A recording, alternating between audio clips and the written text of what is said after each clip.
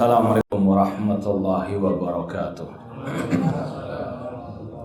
Innal hamdalillah nahmaduhu wa nasta'inuhu wa nastaghfiruh wa na'udzu billahi min syururi anfusina wa min sayyiati a'malina. Man yahdihillahu fala mudhillalah wa man yudlil fala hadiyalah. Ashhadu an la ilaha illallah wahdahu la syarikalah wa ashhadu anna Muhammadan abduhu wa rasuluh. Ya ayyuhalladzina amanu taqullaha haqqa tuqatih wa la tamutunna illa wa antum muslimun.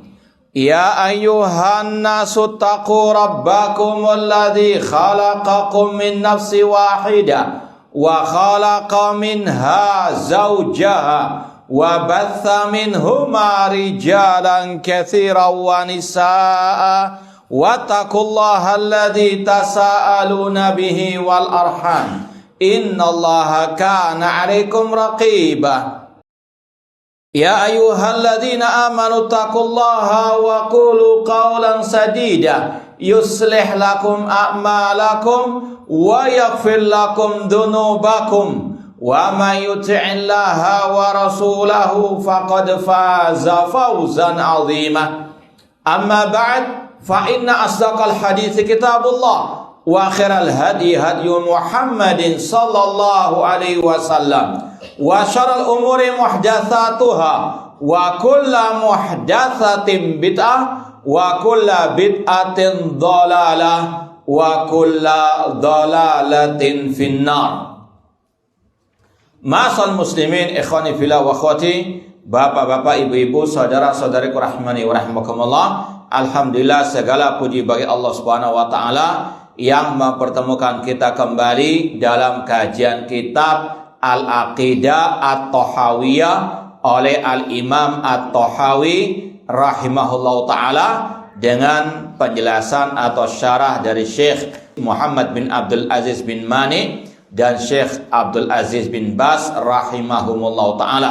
Semoga Allah subhanahu wa ta'ala senantiasa memberikan kepada kita keistiqomahan dalam belajar akidah salaf dan berpegang teguh dengannya sampai akhir hayat kita nanti. Sekarang kita sampai poin ke-12. Yang megang buku terjemahannya ketemu? Betul ya? Poin 12. Nah, Al-Imam At-Tahawi rahimahullah berkata, mumitun bila makhafatin. Allah yang mematikan tanpa rasa takut. Ba'ithun bila masyaqqatin, dan dia yang membangkitkan tanpa adanya kesulitan. Ma'asal muslimin ikhwani fillah wa akhwati rahimani wa rahimakumullah. Poin 12 dan seterusnya nanti ini masih berkaitan erat dengan al-imanu billah, tentang iman kepada Allah. Di antaranya mengimani rububiyah dan juga nama-nama serta sifat-sifat Allah yang nanti sudah kita sampaikan intisarinya kepada tauhid al-uluhiyah. Tidak cukup hanya mentauhidkan Allah dalam rububiyah ataupun asma wa sifat, namun harus sampai kepada mengesahkan Allah dalam al-uluhiyah.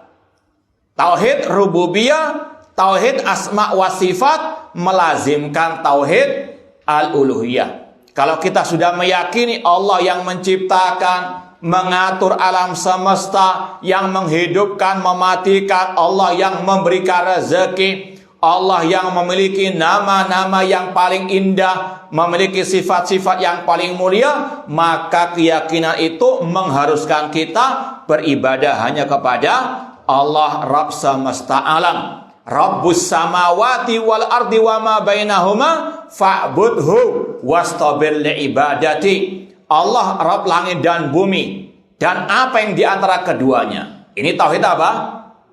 Rububiyah. Apa kelanjutannya? Kata Allah, fa'budhu, maka ibadahilah Allah. Kalau kita sudah meyakini Allah yang mengatur, mematikan, menghidupkan, kewajiban kita mengesahkan Allah dalam ibadah. Demikian pula kalau kita meyakini Allah yang memiliki nama-nama yang al-husna, maka kewajiban kita beribadah hanya kepada Allah, berdoa hanya kepada Allah, istighatsah hanya kepada Allah. Seperti yang Allah firmankan, walillahil asmaul husna fad'uhu biha. Allah yang memiliki nama-nama yang paling indah, maka berdoalah kepada Allah dengan nama-nama tersebut. Ini yang kita sampaikan tadi, tauhid rububiyah, tauhid asma wa sifat, mengharuskan mengesahkan Allah dalam al-uluhiyah. Poin ke-12, kata Al-Imam At-Tahawi, Allah mumitun, Allah yang maha mematikan. Sebagaimana yang Allah firmankan misalnya dalam surat Az-Zumar ayat 42, Allahu yatawaffal anfusa hina mautiha wallati lam tamut fi manamiha. Allah yang mewafatkan jiwa ketika kematiannya, dan Allah pula yang mewafatkan jiwa ketika tidurnya. Makanya kata para ulama, tidur itu saudaranya mati, atau nama lainnya mati itu juga apa? Tidur. Maka antum di sini jangan baik, sadar ya. Baik, bangun. Allah Subhanahu wa taala mengatakan tadi, Allah yatawaffal anfusa hina mautiha. Allah yang mewafatkan jiwa ketika kematiannya. Ini dalil Allah mumit, dan ini sudah diyakini oleh setiap muslim muslimah, bahkan orang-orang kafir jahiliyah pun meyakini Allah yang mematikan. Allah yatawaffal anfusa hina mautiha, Allah yang mewafatkan jiwa ketika kematiannya. Sedikit tambahan maklumat, ada pembahasan ya dalam beberapa ayat yang mematikan. Dalam beberapa ayat itu berbeda-beda. Ini pembahasan kata ulama, menjamakkan ayat-ayat yang kelihatannya ada kontradiksi. Pertanyaannya, apakah mungkin ada kontradiksi dalam Al-Quran? Yakin? Gak menjela-menjeli. Apa dalilnya? Tahu enggak? Gak mungkin ada kontradiksi dalam Al-Quran. Bukan. Dalam surat An-Nisa, nanti dicari nomornya, afala yatadabbaruna al-Quran walau kana min indi ghairillahi lawajadu fihi ikhtilafan katsira. Tidakkah mereka mau mentadaburi Al-Quran? Seandainya Al-Quran bukan dari sisi Allah, mereka akan mendapati kontradiksi, pertentangan yang banyak. Kalau kita sudah yakin Al-Quran dari Allah, tidak mungkin ada apa? Kontradiksi. Makanya sesat bin kufur kalau ada yang mengatakan nasikh masuk Al-Quran itu mincela-minceli, alias ada pertentangan, kontradiksi, naudzubillahi min dzalik. Ini mendustakan ayat Al-Quran. Allah mengatakan, seandainya Al-Quran bukan dari sisi Allah, mereka akan mendapati perselisihan yang banyak. Namun dibahas oleh para ulama, ada beberapa ayat yang mungkin dipahami oleh sebagian atau terlintas dalam benak sebagian orang, kelihatannya ada kontradiksi. Padahal tidak mungkin ada kontradiksi. Cuma bagaimana cara menjamakan. Contohnya ayat tentang masalah ini, masalah yang mematikan. Dalam ayat tadi surat Az-Zumar, Allah mengatakan yang mematikan adalah siapa? Allah. Allah yatawaffal anfus. Namun dalam ayat yang lain dikatakan tawaffathu rusuluna. Yang mewafatkan adalah para rasul-rasul kami. Ini ya ayat yang kedua. Ayat yang ketiga mengatakan, Qul yatawaffakum malakul maut. Katakanlah, yang mewafatkan kalian adalah malakul maut, malaikat pencabut nyawa. Ada tiga apa? Subjek yang mematikan di situ. Allah, para rasul, dan malaikat maut. Yang pertama harus kita yakini tadi, ya, akidah yang sudah baku, nggak mungkin ada kontradiksi. Cuma sekarang yang kedua, bagaimana cara menjamakkannya? Paling enggak biar nggak ngantuk. Ada yang mau nyoba jawab? Nah, ada yang kira-kira pernah mungkin mendengar? Nggak ada? Pura-pura nggak bisa? Kata para ulama, cara menjamakkannya tadi yang pertama disandarkan mematikan kepada Allah karena dialah al-amiru yang menyuruh. Paham? Kemudian yang kedua yang langsung mencabut nyawa manusia yang disuruh adalah malakul maut. Dan yang ketiga, setelah malakul maut mencabut nyawa tersebut, diserahkan kepada malaikat-malaikat yang lain. Seperti dalam hadis Al-Bara bin Azib, ketika malakul maut sudah mencabut nyawa manusia, diberikan kepada malaikat-malaikat yang lain. Kalau itu roh orang mukmin, dibawa oleh para malaikat sampai ke langit yang ketujuh. Paham insyaallah ya? Ini ungkapannya ya. Mirip dengan misalnya ada orang tanya, ya, siapa yang bangun masjid ini?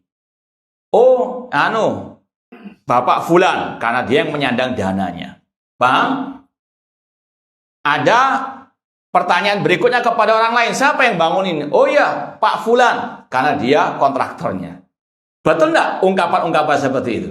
Hah? Disandarkannya pembangunan kepada yang nyandang dana, kepada kontraktornya, atau bahkan mungkin kepada yang tukangnya. Tidak ada masalah. Paham? Itu diantara apa? Menegakkan pemahaman, menyandarkan pencabutan nyawa kepada Allah, malakul maut, dan kepada para rasul. Semuanya sesuai dengan kedudukannya. Paham ya?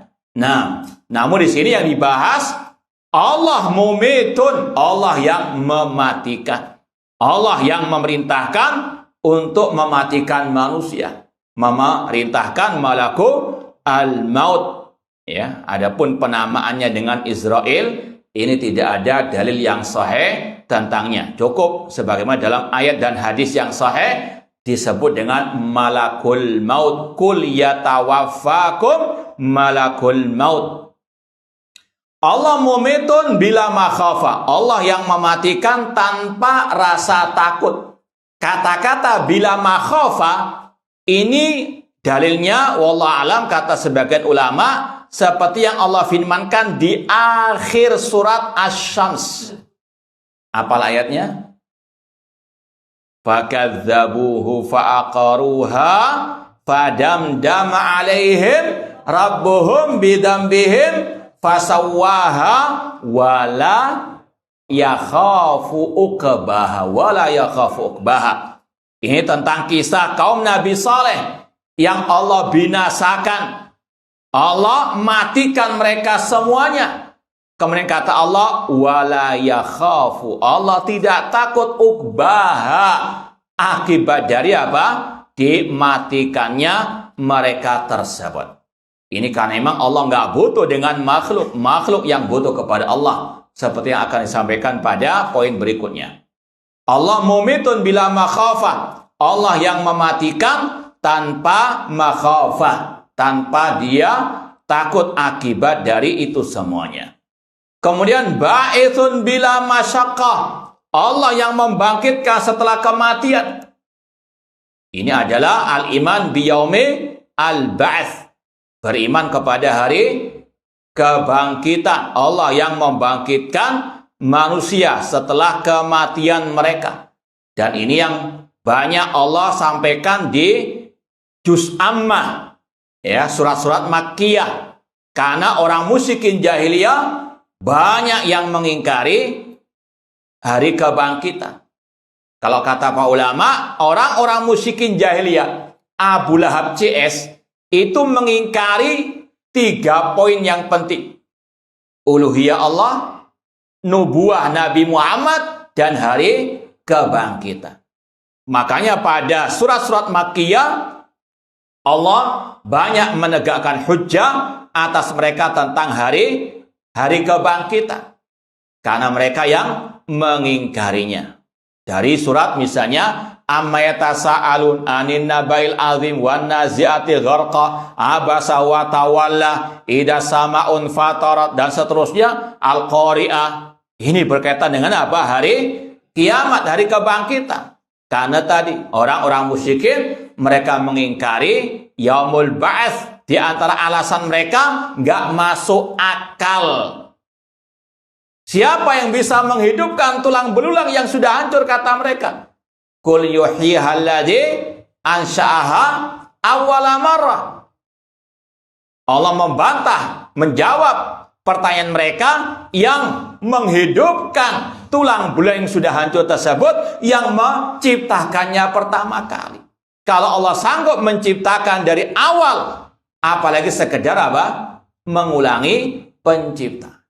Ini salah satu hujjah yang Allah sampaikan di dalam Al-Quran atas orang-orang musyrikin tentang wajibnya mengingat hari kebangkitan.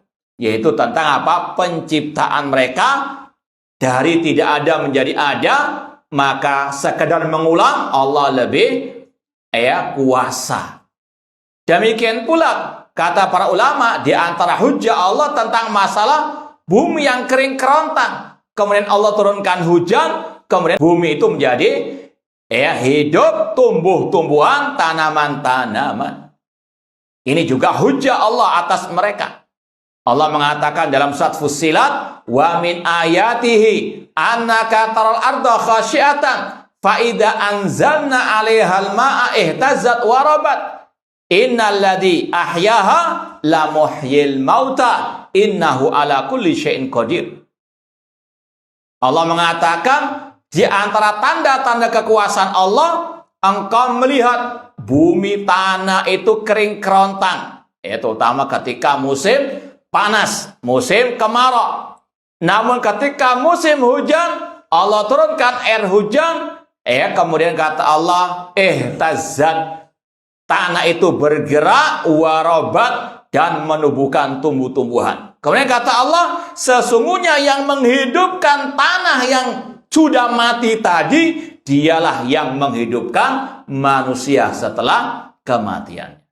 Ini hujah yang kedua yang Allah tegakkan atas orang musyrikin tentang hari kebangkitan. Artinya apa? Mereka disuruh berpikir Allah Maha Kuasa untuk apa? Menghidupkan manusia yang sudah mati, sebagaimana Allah sanggup menghidupkan tanah, bumi yang mati, yang kering kerontang. Paham ya? Paham tuh? Nah, taib. Coba ada yang mau nambahkan lagi dalam Al-Quran menegakkan hujah atas orang musyrikin tentang hari kiamat? Apalagi? Banyak dalam Al-Quran. Ya, yang setiap malam Jumat antum baca, apa itu? Al-Baqarah? Al-Kahfi. Ada kisah siapa di situ? Ashabul Kahfi yang ditidurkan oleh Allah berapa tahun? Itu juga hujjah Allah tegakkan atas orang musyrikin. Allah sanggup membangunkan alias menghidupkan mereka yang tidur ratusan tahun. Paham ya? Itu juga kata ulama di antara hujjah Allah. Demikian pula tentang penciptaan langit dan bumi yang luar biasa kokoh kuatnya. A antum asaddu khalqan amis sama'u banaha. Apakah kalian wahai manusia yang lebih kuat penciptaannya ataukah langit? Mana yang lebih kokoh? Tentunya langit. Kata para ulama, kalau Allah sanggup menciptakan langit dengan 7 lapisnya yang sangat kokoh tersebut, maka sekedar menghidupkan manusia ya di akhirat kelak itu lebih mudah lagi. Ini berbagai hujah-hujah Allah tegakkan atas orang musyrikin yang mengingkari hari kebangkitan. Allah berfirman dalam surat At-Taghabun ayat ke-7, za'amal ladina kafaru alla yub'atsu qul bala wa rabbi la tub'atsunna thumma latunabba'unna bima amiltum wa dzalika 'alallahi yasir. Orang-orang kafir mengklaim mereka tidak akan dibangkitkan. Za'amal ladina kafaru alla yub'atsu qul bala, katakan wahai Nabi Muhammad sekali-kali tidak. Qul bala wa rabbi, demi Rabbku, la tub'atsunna, sungguh kalian akan dibangkitkan. Ini kewajiban mengimani yaumul al-ba'ats, dan Allah ala kulli syai'in qadir. Allah Maha Kuasa atas segala sesuatu. Ba'itsun bila masyaqqah, Allah membangkitkan tanpa kesulitan karena apa tadi? Allah ala kulli syai'in qadir, dan Allah Maha Kuasa atas segala sesuatu. Kita pindah poin ke-13. Imam At-Tahawi rahimahullah mengatakan mazala bisifatihi qadiman qabla khalqihi. Lanjut poin 14, ada kaitannya. Lam yasdad bikaunihim syai'an lam yakun qabla min sifati. Ana tambahkan lagi, poinnya masih kurang lebih sama sampai 16. Wa kama kana bi sifati azaliyat kadzalika la yazalu 'alaiha abadiyan laisa mundu khalaqal khalqa istafada ismal khaliq wala bi ihdatsil bariyah istafada ismal bari. Pembahasan ini sekali lagi masih berkaitan erat dengan tauhid asma wa sifat. Sudah kita sampaikan dari awal, Allah namanya al-awwal wal akhir. Wal awwalu wal akhiru. Sifatnya Allah juga demikian. Sifatnya Allah sudah ada sejak dahulu kala dan selama-lamanya. Ini yang wajib diyakini oleh setiap muslim-muslimah. Nama Allah, sifat Allah itu azali wa abadi. Sudah ada sejak dahulu kala dan kekal selama-lamanya. Huwal awwalu wal akhiru. Kemudian ditegaskan lagi, ini yang berkaitan erat dengan sifat Allah, mazala bisifati qadiman qabla khalqi. Allah senantiasa tersifati dengan sifat-sifatnya sejak dahulu kala sebelum dia menciptakan makhluknya. Kata sebagian para ulama, Imam At-Tahawi mengatakan seperti ini, membuat statement seperti ini, di antara tujuannya untuk membantah kelompok Al-Jahmiyah yang banyak para ulama mengkafirkan mereka. Di antaranya Imam Al-Bukhari rahimahullahu ta'ala. Di antara akidah kelompok Al-Jahmiyah yang sesat bin kufur, mereka mengatakan Allah tersifati setelah terciptanya makhluk. Bahkan mereka mengatakan nama Allah itu makhluk. Paham? Artinya dulu Allah itu nggak punya nama, nggak punya sifat. Setelah Allah menciptakan makhluk, baru Allah punya nama, punya sifat. Naudzubillah min dzalik. Dan ini salah satu poin mereka dikafirkan oleh para ulama. Ulama mengatakan man qala asma Allah makhluqa faqad kafara. Barang siapa mengatakan nama Allah itu makhluk, maka dia kafir. Di antara penjelasannya, coba antum bayangkan, kalau dikatakan nama Allah itu makhluk, berarti ketika antum berdoa ya Rahman ya Rahim, berarti antum berdoa kepada siapa? Naudzubillahi min dzalik. Itu salah satu akidah sesat kelompok Al-Jahmiyah. Mereka mengatakan Allah dahulu tidak punya nama, tidak punya apa? Sifat. Setelah menciptakan makhluk, baru punya nama, punya apa? Sifat. Dan itu pun majazi kata mereka, bukan hakiki. Maka dibantah oleh Imam At-Tahawi. Allah sejak dahulu itu telah tersifati dengan sifat-sifatnya yang sempurna sebelum dia menciptakan apa? Makhluk makhluknya. Allah sudah dinamakan Al-Khaliq sebelum ada makhluk. Karena kaidahnya semua sifat Allah itu sifat yang sempurna. Kalau dikatakan dulunya Allah tidak tersifati dengan salah satu sifatnya, berarti dulu ada kekurangan dalam apa? Diri Allah. Naudzubillah min dzalik, ini pelecehan terhadap Allah Subhanahu wa taala. Dan ini salah satu manhaj ulama salaf, mereka sangat amat getol membela Allah Subhanahu wa taala, membela sifat-sifat Allah Subhanahu wa taala dari pelecehan kelompok-kelompok sesat ahli bid'ah. Ya. Ini salah satu pembeda dakwah salaf dengan dakwah yang menyimpang dari ajaran as-salaf. Kalau salaf menyikapi kesalahan penyimpangan dalam masalah akidah, terutama dalam masalah sifat-sifat Allah, luar biasa keras tegasnya mereka, antusiasnya mereka luar biasa. Beda dengan sebagian orang.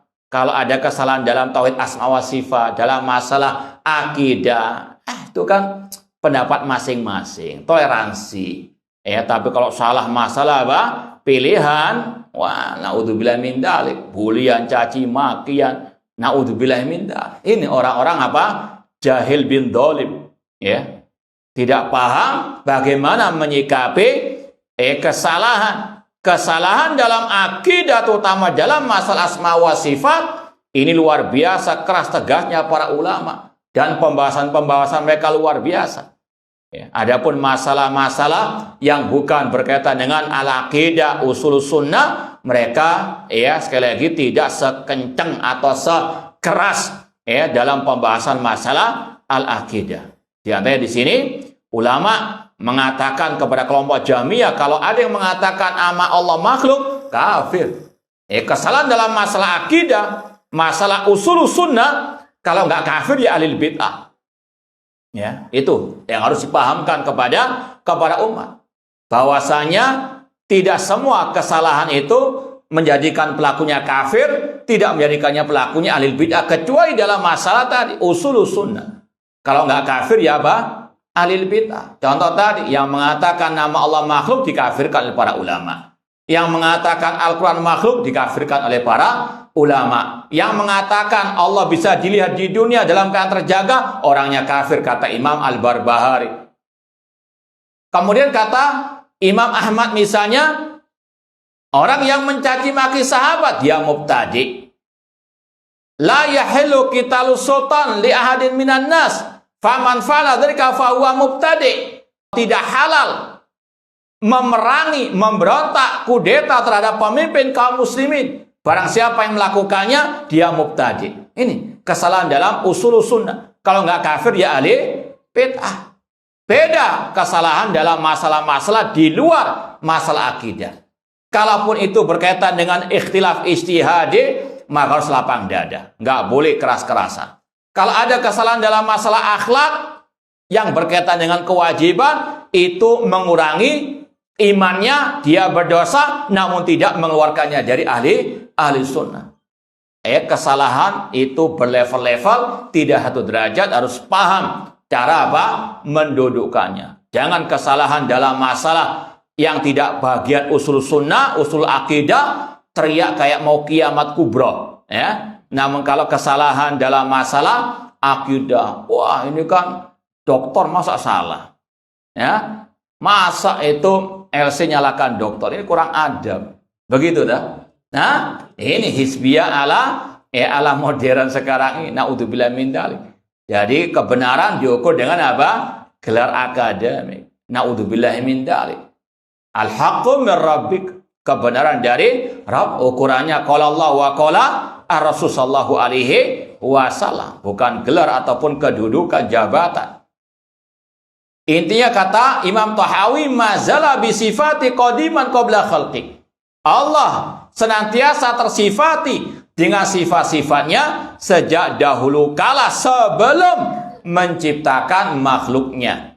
Lam yazdad bikaunim syai'an lam yakun qabla min sifati. Tidak bertambah sifat Allah setelah mereka manusia diciptakan oleh Allah Subhanahu wa taala. Karena tadi kaidahnya, semua sifat Allah sifat yang sempurna. Kalau dulunya pernah nggak ada, kemudian baru ada, berarti dulu Allah tersifati dengan sifat yang apa? Nakis, yang kurang. Ini nggak layak bagi apa? Ya, keesaan sifat-sifat Allah Subhanahu wa taala. Allah namanya al-awwal wal akhir, demikian pula dengan sifat-sifat Allah Subhanahu wa taala.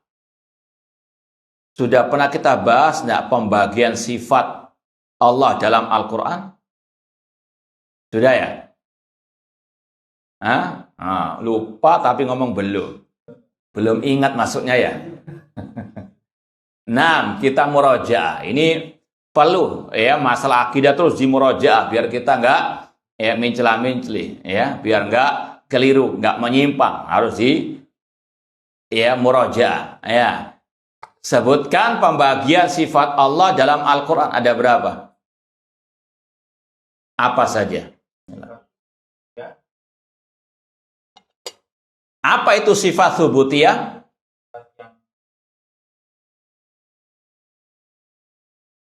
Nah, ya kan? Ya, sebelah kiri. Ada yang mau jawab? Iya, ahsanta, yang ditetapkan oleh Allah Subhanahu wa taala. Yang kedua, sifat apa itu? Allah nafikan dari dirinya. Kita sudah bahas lagi enggak? Sifat tsubutiyah ada dua. Apa? Apa sifat dzatiyah? Senantiasa melekat pada diri Allah. Yang kedua sifat fi'liyah. Apa itu sifat fi'liyah? Sifat yang berkaitan dengan apa? Kehendak Allah. Dua-dua sifat ini masuk dalam pembahasan tadi. Sifat dzatiyah, sifat fi'liyah itu senantiasa melekat pada diri Allah. Akan tetapi sifat fi'liyah kapan terjadinya sesuai dengan kehendak Allah. Sifat fi'liyah tadi kita definisikan oleh para ulama, sifat yang berkaitan dengan kehendak Allah. Maksudnya Allah sudah tersifati dengan sifat itu. Namun kapan sifat itu terjadi keluar, itu tergantung kehendak Allah. Contohnya sifat kalamullah. Allah sudah tersifati dengan sifat kalam sebelum ada makhluknya. Paham? Tapi kapan Allah berbicara? Sesuai dengan apa? Kehendaknya. Jangan disalahpahami sifat fi'liyah kok berkaitan dengan kehendak Allah. Apakah dulunya nggak tersifati dengan sifat tersebut? Tidak. Dulunya sudah ada sifat kalam. Tapi kapannya Allah berbicara sesuai dengan apa? Kehendaknya. Ini beda dengan sifat ulu. Sifat ketinggian Allah di atas langit. Ya, ini sifat dzatiyah. Sifat yang senantiasa melekat pada diri Allah. Nggak ada kaitannya dengan apa? Kehendak Allah. Paham? Paham nggak? Agak berat ya? Ya? Berat kepalanya atau berat pembahasannya? Kalau masih ringan kita tambahkan lagi yang lebih berat lagi. Ya? Tambahin ya. Sekalian ya. Baik. Tadi paham sifat dzatiyah, sifat fi'liyah? Yang nggak paham terus terang saja, nggak apa-apa. Ya, nggak diusir insyaallah. Ya, sifat, anak ulangi lagi. Sifat Allah dalam Al-Quran dibagi oleh para ulama ada dua, sifat tsubutiyah yang ditetapkan dan sifat salbiyah yang ditiadakan. Sifat yang ditetapkan dibagi menjadi dua, sifat dzatiyah, sifat yang senantiasa melekat pada diri Allah, seperti sifat ketinggian Allah di atas langit. Allah mengatakan a'amintum man fis sama. Rasul mengatakan ala ta'manuni wa ana amin man fis sama. Itu sifat dzatiyah Allah senantiasa ya tinggi di atas semua makhluknya. Sebelum ada makhluk, sebelum ada arsy, Allah tetap fil ulu. Sabbihisma rabbikal a'la wa huwal ali al-azim. Allah maha tinggi. Itu nama Allah al-ali, sifatnya al-ulu. Sifat ulu ketinggian itu sifat dzatiyah. Senantiasa Allah tinggi di atas makhluknya. Paham? Sifat yang kedua fi'liyah. Sifat yang berkaitan dengan kehendak Allah. Kapan Allah berkehendak, Allah tersifati dengan sifat tersebut. Maksudnya tadi, sejak dulu sudah ada sifat itu pada zat Allah. Tapi kapannya Allah keluarkan, ini berkaitan dengan kehendak Allah. Contoh dari sifat kalam. Allah senantiasa tersifati dengan sifat kalam. Karena kalau sifat kalam tidak ada pada diri Allah, berarti Allah bisu, na'udzubillah min dalik. Ini sifat yang tidak layak bagi Allah. Allah senantiasa tersifati dengan sifat kalam. Tapi kapan Allah berbicara sesuai dengan apa? Tidak selalu Allah berbicara. Namun kapan Allah berbicara sesuai dengan kehendaknya. Azan ya? Hah? Alarm mau bangun atau gimana? Baik. Ya insyaallah kita lanjutkan ba'dal azan. Baik, kita lanjutkan pembagian sifat. Di dalam Al-Quran ada dua, salbiyah dan thubutiyah. Thubutiyah ada dua, sifat dzatiyah yang senantiasa melekat pada diri Allah, dan sifat fi'liyah yang berkaitan dengan kehendak Allah Subhanahu wa taala. Contoh sifat dzatiyah tadi apa? Sifat al-ulu. Allah senantiasa ada di atas semua apa? Makhluknya. Allah senantiasa tersifat dengan sifat ulu. Sebelum ada makhluk pun Allah sudah tersifati dengan sifat al-ulu, karena Allah namanya al-ali. Ya, wa huwal aliyul azim. Subhana rabbiyal a'la. Ya, ini sekali lagi sifat ketinggian yang merupakan sifat dzatiyah. Ini beda dengan sifat istiwa alal arsy. Ya, kata Pak ulama, beda antara sifat ulu dengan sifat istiwa. Kalau istiwa sifat fi'liyah. Ini makanya kita katakan tadi, kalau antum masih anggap tadi masih ringan, kita tambahkan. Perbedaan antara sifat ulu dengan sifat apa? Istiwa. Meskipun nanti insyaallah akan ada pembahasan masalah arsy, nanti agak lama sih. Kita kasih sekarang juga. Perbedaan sifat ulu dengan sifat istiwa di atas arsy. Yang pertama tadi, sifat ulu sifat dzatiyah. Istiwa di atas arsy sifat fi'liyah. Kenapa? Karena berkaitan dengan apa? Kapan Allah berkehendak istiwa di atas arsy? Setelah menciptakan langit dan bumi. Allah berfirman dalam surat Al-Hadid ayat keempat, huwallazi khalaqas samawati wal arda fi sittati ayyamin tsumma stawa 'alal arsy. Dialah Allah yang menciptakan langit dan bumi dalam 6 masa, kemudian baru dia istiwa di atas arsy. Bedanya dengan sifat ulu tadi, sifat ulu sudah ada sejak dahulu kala, sebelum Allah menciptakan makhluk apapun, Allah sudah fil ulu, sudah di atas. Paham? Sedangkan kapan Allah istiwa di atas arsy? Setelah menciptakan langit dan bumi dalam 6. Ini kita sampaikan untuk membantah syubhat sebagian kelompok sesat yang mengatakan, kalau kita mengatakan Allah tinggi di atas arsy, lalu di mana Allah sebelum Allah menciptakan arsy? Maka jawabannya antum apa? Hah? Paham syubhatnya?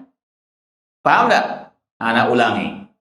Sebagian orang-orang yang sesat menyesatkan itu mengatakan, yang mengingkari sifat istiwa di atas arsy, kalau kalian wahai salafi atau kata mereka wahabi mengatakan Allah di atas arsy, tinggi di atas arsy, lalu Allah di mana sebelum adanya arsy?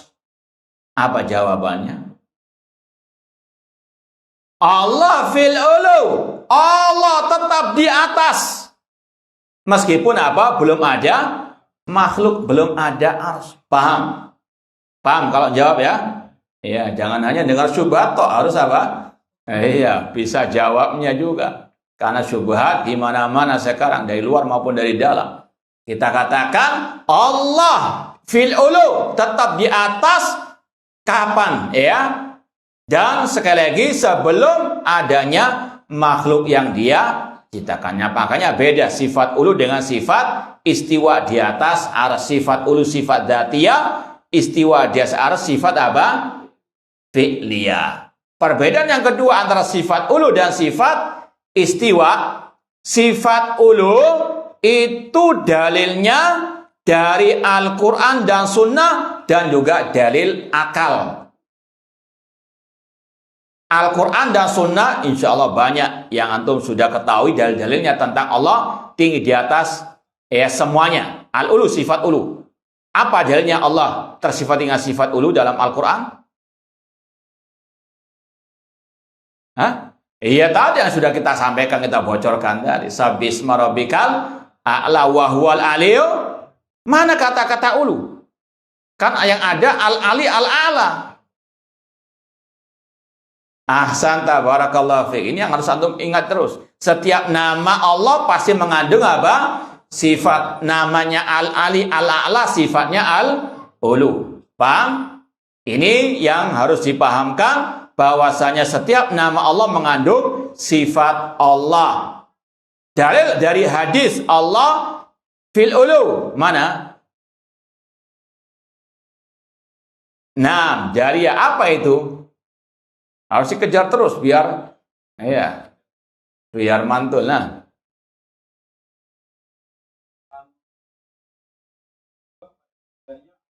iya terus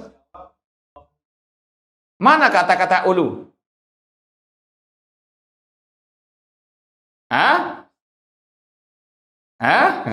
Taib. Ya betul, Anda nggak nyalakan. Coba jangan takut dulu. Fis sama, kata para ulama ada dua maknanya. As-sama secara bahasa dari kata-kata sama yasmu sumuan ala ya'lu uluwan. Jadi as-sama itu diantara maknanya al-ulu. Paham? Allah fil ulu. Kalau as-sama artinya ulu, jadinya apa? Fil ulu. Allah fil ulu. Allah di atas. Paham? Paham enggak? Nah, jadi dari sini dalilnya ayat dan hadis tentang sifat al-ulu. Adapun dalil akal, sebagaimana kata Imam Abu Hanifah, Allah yud'a min ala la min asfal, li'anal asfal laisa min wasfir rububiyyah wal uluhiyyati fi syai'. Kita berdoa kepada Allah, Allah ada di atas, karena sifat bawah tidak layak bagi rububiyah dan uluhiyah Allah. Ini penetapan dalil akal untuk sifat apa? Ulu. Jadi sifat ulu itu bisa ditetapkan lewat jalur ayat, hadis, dan apa? Akal. Dari sini kita Ahlussunnah mengatakan akal bukan ditanggalkan 100%, namun akal dipakai kalau sesuai dengan ayat dan hadis. Akal dipakai kalau tidak bertentangan dengan Al-Quran dan As-Sunnah. Paham ya? Adapun sifat istiwa di atas arsy beda dengan ulu, hanya bisa ditetapkan lewat dalil nakal Al-Quran atau Sunnah Rasulullah SAW. Akal tidak bisa untuk menetapkan sifat istiwa di atas apa? Karena apa? Akal terbatas. Dari mana akal tahu sebelum adanya ayat hadis tentang arsy-nya Allah, Allah istiwa di atas al-arsy. Paham ya? Ya, paham nggak paham? Harus paham. Baik. Intinya kembali kepada pembahasan, Allah sudah tersifati dengan sifat-sifat yang sempurna sebelum ada apa? Makhluk-makhluknya. Kata Imam At-Tahawi tadi, Allah Subhanahu wa taala sudah dinamakan Al-Khaliq sebelum adanya apa? Makhluk. Karena Allah wal awal, yang pertama. Ya, zatnya, namanya dan sifatnya. Ya, Allah sudah dinamakan Al-Khaliq sebelum adanya Al-Makhluk. Allah sudah dinamakan misalnya As-Sami sebelum adanya makhluk dan seterusnya. Jadi sekali lagi, semua nama Allah azaliyun wa abadi. Sudah ada sejak dahulu kala dan kekal abadi. Wa kama kana bi sifati azaliyan kadzalika la yazalu alai abadiyah. Kalau sifatnya itu azali, maka demikian pula sifatnya juga abadi. Karena berkaitan dengan nama tadi, huwal awwalu wal akhiru. Namanya Allah al-awwal yang sudah ada sejak dahulu dan yang selama-lamanya. Demikian pula dengan sifat Allah, karena namanya sifat berkaitan dengan yang disifati, yaitu Allah Subhanahu wa taala. Cukup atau lanjut? Baik, kalau ada yang mau ditanyakan berkaitan dengan pembahasan kita, daripada nggak bisa tidur nanti, ya. Nah, silakan kalau ada yang mau ditanyakan. Kalau antum paham betul, alhamdulillah, nggak usah tanya. Alhamdulillah.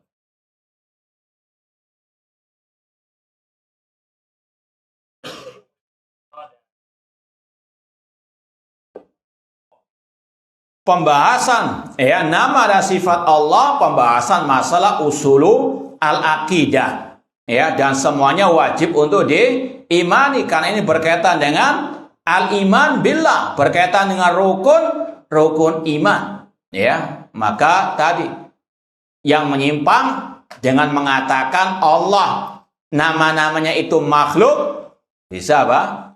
Ini secara global adapun tunjuk hidung si B si C-nya ada perincian dan sudah kita pernah sampaikan dahulu. Ada yang lain sebelum kita tutup? Baik, kalau tidak ada, insya Allah kita lanjutkan besok pagi jam berapa?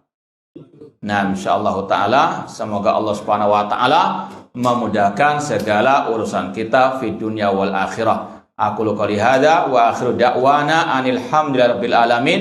Wassalamualaikum warahmatullahi wabarakatuh.